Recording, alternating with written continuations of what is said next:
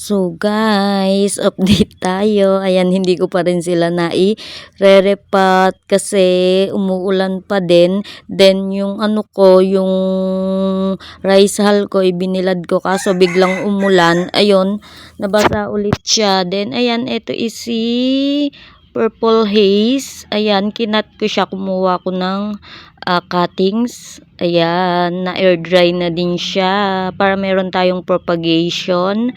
Then, ayan kasi siya, dyan ko siya ipapat sa pang-wall, sa pots na yan. Then, masyado siyang marami, kaya kinat ko tong dalawa. Then, ayan pa yung aking variegated and non-variegated tituban, si variegated undulata, then si parpillar na napakalaki. Ayan, hindi ko pa sila na itatanim lahat kasi nga umuulan, nabasa pa yung ating gagamitin na rice hull. Then, ayan si Aron Pay, tingnan nyo yung color niya, nag-iiba na sila kasi kailan pa ito dumating sa akin, September 4 or 5. Ayan, 9 na ngayon at hindi ko pa rin sila na itatanim. Then umuulan pa at ayan no, tingnan nyo yung roots. May mga new roots na. Ito is si Dark Eyes. Ayan siya. Then, ayan sila guys. Hindi pa natin sila na airpot. Ang dami ko pang i-repot. Pero ayos lang. Hintayin natin umaraw ng tuluyan. Then, umaraw kahapon kaso binilad ko nga yung gagamitin kong soil mix. Kaso naman, nabasa din nung hapon kasi umulan. Then, ayan. Eto si Roman. Then, ayan, tanggalin natin yung ano niya, pinaka flower stalk. Ayan, nawawala na din yung kanyang color. Naka-air dry pa rin sila sa akin. Then, ayan, i-remove natin yung mga flower stalk niya.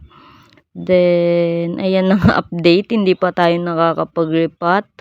At, ayan sila. Merong mushy leaves i-remove natin. Kasi, mababasa din yung iba na yan. Then, ayan na. At, ayan silang lahat. Wala pa tayong nariripat miski isa. Then, ayan. Ito naman is, ayan, nag-ano din siya. O, may mga mushy leaves din siya. Ang aking, yung name na to, nakalimutan ko na siya. Ayan, i-remove lang natin yung mga mushy leaves. At ayan siya. Ayan, nag-yellow pa yung iba niyang iba niyang leaves. Then ito sobrang laki ng Benemusume. Ayan sobrang laki niya guys Then ala pa akong pots para dito at ayan, ganyan ang itsura niya. Bumuka siya Ayan. At ang ganda-ganda niya. Hanap ako ng pots dito kasi sobrang laki niya. Yung nabili ko is medium lang. Ayan, yung pinaglagyan ko ng variegated undulata. Then, ayan sila. Wala pa tayong natanim. At ito naman si Alba Beauty. May mushy leaves din siya. I-remove na natin ang mga mushy leaves. Ayan si Alba Beauty. Then, ayan may mga siya dyan, yellow leaves na. At i-remove natin sila. Tagal na nila na mas okay lang naman kahit mas matagal. Meron nga iba mga 1 month hindi pa nila inaitatanim yung kanilang succulent. Then ito si Jewel Tone, ayan siya. Then si variegated Blood Moon.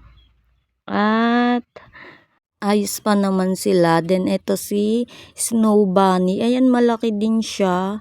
Malaki din tong Snow Bunny. Tapos ito sobrang laki niya talaga Tingnan nyo naman sobrang laki niya. Then ayan. Ayan ang update.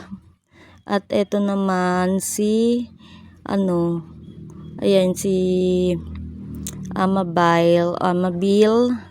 Then ayan, meron na siyang ano dyan oh, leaves na parang matutuyo na or mashi siya. Then ayan, tatanggalin ko yan at lilinisin ko habang hindi pa natin sila nai-repot. Ayan o, tingnan nyo. At ang cute niya. Ayun o, tatanggalin ko yan mamaya. Yung pinakadulo naputol kasi. At ayan na sila guys. Ilalagay ko dito kasi malaki natatamaan yung blood moon. Then ayan, gilid muna natin sila. Today is umuulan pa rin. Bukas natin sila mai-repot or hindi pa kasi ano yung soil mix kong gagamitin. Yung ipa is nabasa, yung Rizal, ayan dito muna siya. At naglelegi-legi na sila. Umuulan pa rin dito sa amin. Araw saglit tapos uulan naman. Kagabi magdamag umulan. Then ayan na, dyan muna siya. At ayan guys, ang update sa aking mga new collection. Ito sobrang laki talaga niya. Oh. Si Fire Pillar at ang ganda niya. Then, ayan guys, hindi pa sila na itatanim. In-update ko lang kayo. Bye!